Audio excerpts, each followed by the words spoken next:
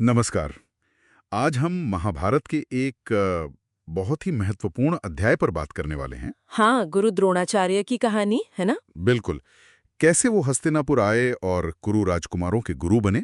ये किस्सा महाभारत के आदि पर्व से है और हम इसी के सार पर आज थोड़ी गहराई से चर्चा करेंगे। हाँ, कोशिश करेंगे कि द्रोण के किरदार को समझें, उनके इरादे क्या थे, अर्जुन से उनका वो खास रिश्ता, और हाँ, उस समय के समाज की कुछ पेचीदगियां भी सामने आती हैं इसमें। और कहानी की शुरुआत भी बड़ी दिलचस्प है। एक खेल से हाँ, राजकुमारों की गेंद एक सूखे कुएं में गिर जाती है। और वो निकाल नहीं पाते। तभी वहां एक तेजस्वी ब्राह्मण आते हैं। द्रोणाचार्य। हाँ, और वो भी क्या कमाल करते हैं।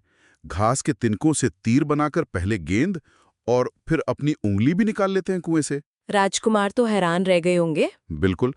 ये सिर्फ उनका हुनर दिखाना था या इसके पीछे कोई और बात थी। देखिए, ये सिर्फ एक कर्तव्य नहीं था। मेरे ख्याल से ये द्रोण का एक सोचा समझा कदम था। अच्छा। हाँ, अपनी काबिलियत साबित करने का और शायद भीष्म तक ये खबर पहुंचाने का कि वो कौन है। मतलब एक तरह से अपना रेज्यूमे भेज रहे थे। कह सकते हैं, इसमें उनका आत्मविश्वास भी दिखता है और उन्होंने राजकुमारों को उनका क्षत्रिय धर्म भी याद दिलाया कि अपना सामान वापस पाना उनका फर्ज है। और राजकुमार फौरन भीष्म के पास गए होंगे। हाँ, और भीष्म तो पहचान गए उन्हें। वो उन्हें महल ले आए। वहीं द्रोण ने अपने आने का असली कारण बताया होगा, उनका वो अतीत। हाँ, अपने बचपन के दोस्त पंचाल के राजकुमार द्रुपद के बारे में। द्रुपद ने राजा बनने पर आधा राज्य देने का वादा किया था, है ना। बिल्कुल, लेकिन राजा बनते ही वो मुकर गया। उसने द्रोण का अपमान किया। और शायद यही अपमान उन्हें हस्तिनापुर खींच लाया। हाँ, यही उनकी मुख्य प्रेरणा थी। वो द्रुपद से बदला लेना चाहते थे और उसके लिए उन्हें काबिल शिष्य चाहिए थे। और उनके पास वो काबिलियत थी भी। परशुराम से दिव्यास्त्रों का ज्ञान मिला था उन्हें। सही कहा, मतलब देवताओं से मिले खास शक्तिशाली हथियार। भीष्म ने उनकी ये योग्यता पहचानी और उन्हें राजकुमारों का गुरु बना दिया। फिर शुरू हुई पांडवों और कौरवों की ट्रेनिंग। लेकिन अर्जुन, वो तो कुछ अलग ही थे। हाँ, अर्जुन की लगन और प्रतिभा सबसे हटकर थी। वो पानी भरने वाला किस्सा याद है? हाँ हाँ, जब द्रोण ने अश्वत्थामा को चौड़े मुंह वाला बर्तन दिया था कि वो जल्दी पानी भर लाए। लेकिन अर्जुन ने वरुण अस्त्र का इस्तेमाल किया, जो जल देवता का अस्त्र है, और झट से अपना बर्तन भर लिया। कमाल है। और सिर्फ दिन में ही नहीं, अर्जुन तो रात में भी अभ्यास करते थे। अच्छा। हाँ, एक रात द्रोण ने अंधेरे में धनुष की आवाज सुनी। देखा तो अर्जुन अभ्यास कर रहे थे। वो इतने खुश हुए कि उन्होंने अर्जुन को गले लगा लिया। और वरदान भी दिया। हाँ, वरदान दिया कि दुनिया में तुमसे बेहतर कोई धनुर्धर नहीं होगा। ये एक तरह से भविष्य की तरफ इशारा था। लेकिन जहां अर्जुन को इतना प्रोत्साहन मिला, वहीं एक और प्रतिभाशाली युवा को मौका नहीं मिला। आप एकलव्य की बात कर रही हैं? हाँ, एकलव्य, निषाद राजकुमार। द्रोण ने उन्हें सिखाने से मना क्यों कर दिया। उस समय की जाति व्यवस्था। द्रोण ने कहा कि वो केवल क्षत्रिय राजकुमारों को ही सिखाएंगे। पर एकलव्य ने हार नहीं मानी। बिल्कुल नहीं।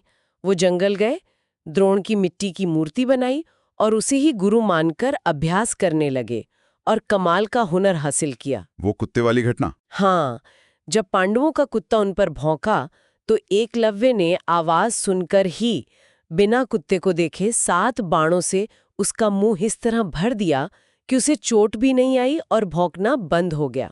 पांडव तो दंग रह गए होंगे देखकर। अर्जुन को भी शायद द्रोण का वचन याद आया होगा। बिल्कुल। जब द्रोण को ये पता चला, वो अर्जुन के साथ एकलव्य के पास गए। और फिर उन्होंने एकलव्य से गुरु दक्षिणा मांगी। क्या मांगा। उसके दाहिने हाथ का अंगूठा। अंगूठा धनुर्विद्या के लिए सबसे जरूरी। हाँ, ये घटना बहुत जटिल है। गुरु शिष्य संबंध, जाति की कठोरता, वचन निभाने का दबाव, सब कुछ इसमें दिखता है। और एकलव्य ने दे दिया। बिना एक पल सोचे अपना अंगूठा काटकर गुरु को दे दिया। उनकी गुरु भक्ति देखिए। पर साथ ही ये सवाल भी उठता है कि खैर, द्रोण सिर्फ शस्त्र ही नहीं सिखाते थे, वो चरित्र भी परखते थे।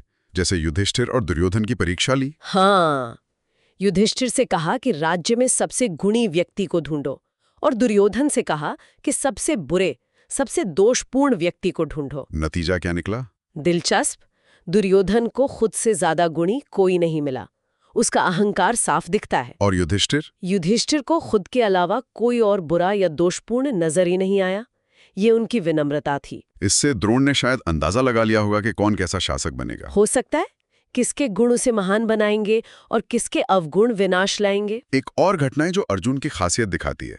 गंगा में नहाते वक्त जब मगरमच्छ ने द्रोण का पैर पकड़ लिया था। हाँ, हालांकि द्रोण खुद उससे निपट सकते थे, पर उन्होंने मदद के लिए पुकारा, शायद परखने के लिए। और अर्जुन ने एक पल भी नहीं गंवाया, फौरन बाणों से मगरमच्छ को मार गिराया। द्रोण बहुत खुश हुए अर्जुन की इस फुर्ती और निष्ठा से, और तब उन्होंने अर्जुन को अपना सबसे शक्तिशाली अस्त्र दिया। ब्रह्मास्त्र। हाँ, ब्रह्मास्त्र, जिसे सृष्टि के सबसे विनाशकारी हथियारों में गिना जाता है, लेकिन साथ में चेतावनी भी दी कि इसका इस्तेमाल बहुत सोच समझ कर करना है, सिर्फ बराबरी के योद्धा पर, जब कोई और रास्ता ना बचे। बिल्कुल, ये अर्जुन की खास जगह को और पक्का करता है। तो इन कहानियों से द्रोणाचार्य, अर्जुन, एकलव्य, हमें उस युग के बारे में बहुत कुछ पता चलता है।